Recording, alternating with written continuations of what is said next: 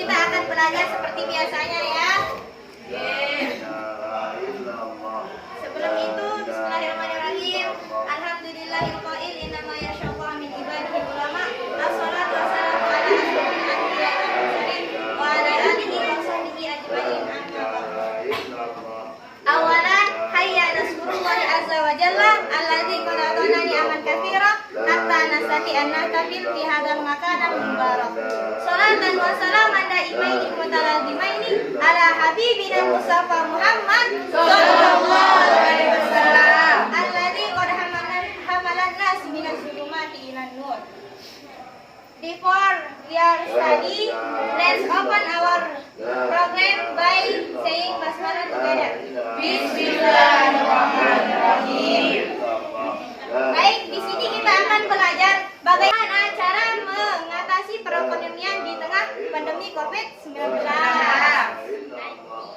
Pandemi Corona atau COVID-19 menimbulkan setidaknya 3 dampak terhadap perekonomian Indonesia, yaitu penurunan pertumbuhan ekonomi, peningkatan pengangguran, dan peningkatan kemiskinan. Untuk itu, pemerintah harus segera menyiapkan program dan kebijakan pemelihara secara cepat dan tepat.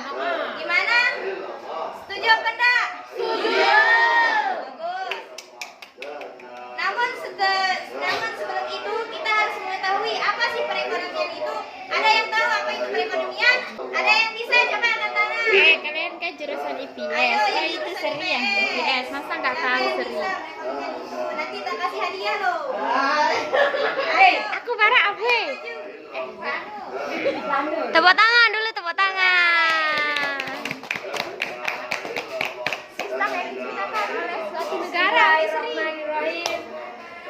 Assalamualaikum warahmatullahi wabarakatuh. Waalaikumsalam warahmatullahi wabarakatuh. Perekonomian itu adalah sistem yang digunakan oleh suatu negara untuk mengatur dan mengelokasikan sumber daya, jasa dan barang yang dimiliki baik kepada individu maupun organisasi di negara tersebut. Hanya ini. Wassalamualaikum warahmatullahi wabarakatuh. Waalaikumsalam warahmatullahi wabarakatuh. Jawaban dari saudari Busar tadi ya. Lanjut. Jadi di sini apa sih itu?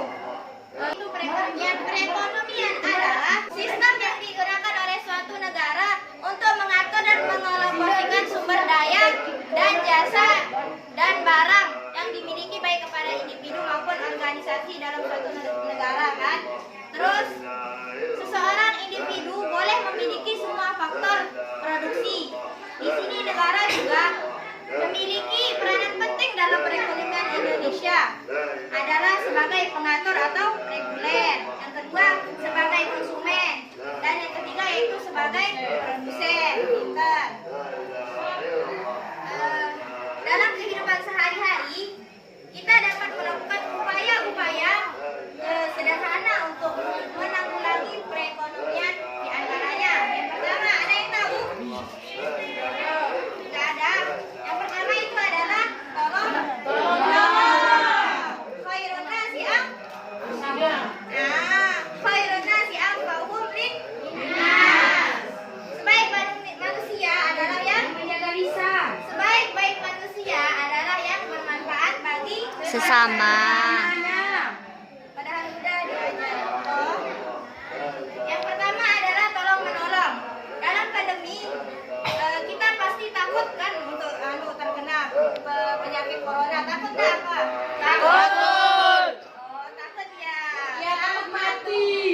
Takut mati. Lo kenapa takut mati kan? Kematian ada di tangan Tuhan. Ya, dalam yang pertama yaitu tolong menolong. Banyak dari kita yang ayahnya bekerja sebagai petani, apa juga nelayan, pedagang, apa lagi? Insinyur.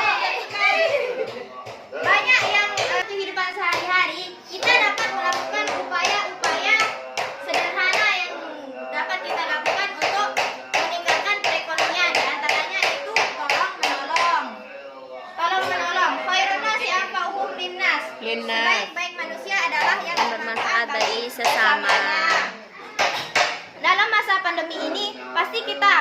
takut terjangkit yang namanya COVID-19.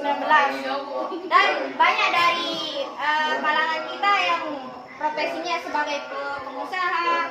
Oleh karena itu banyak yang tadinya sebagai pekerja, yang sebagai buruh, bahkan sebagai karyawan pun mereka mendapatkan dampak yang buruk dalam situasi yang saat ini, sehingga banyak yang beralih profesi yang tadinya sebagai sebagai nelayan, mereka semuanya rata-rata mendapatkan dampak yang sangat buruk, minimnya perekonomian saat ini. Yang kedua yaitu bisnis online. Kan banyak toko-toko yang hukum sekarang.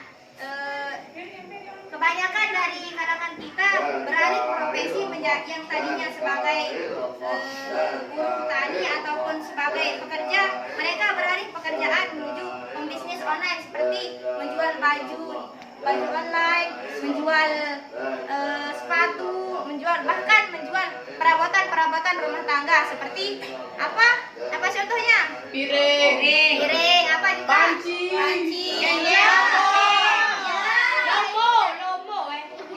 Lomo. Yang ketiga yaitu apa yang ketiga? Menghemat pengeluaran dalam masa pandemi. Ya, termasuk uang. Kita harus banyak menghemat. Hemat pangkal kaya, miskin pangkal.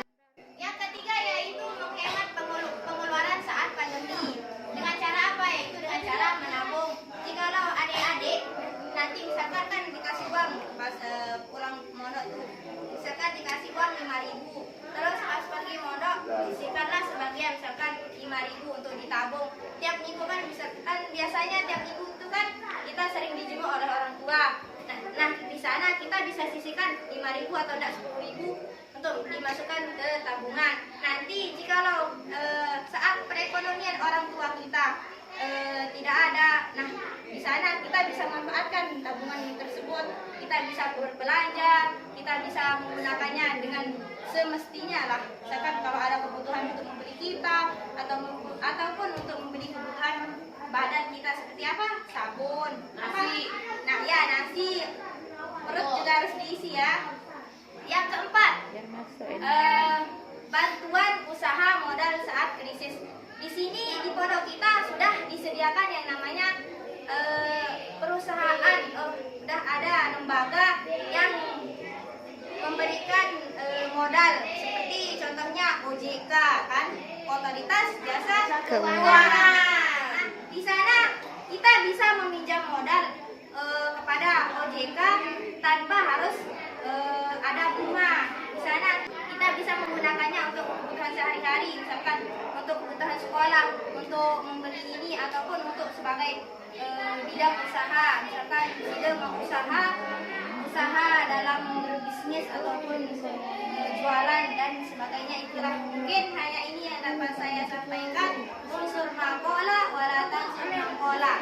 That's I can say. Wassalamualaikum warahmatullahi wabarakatuh. Waalaikumsalam.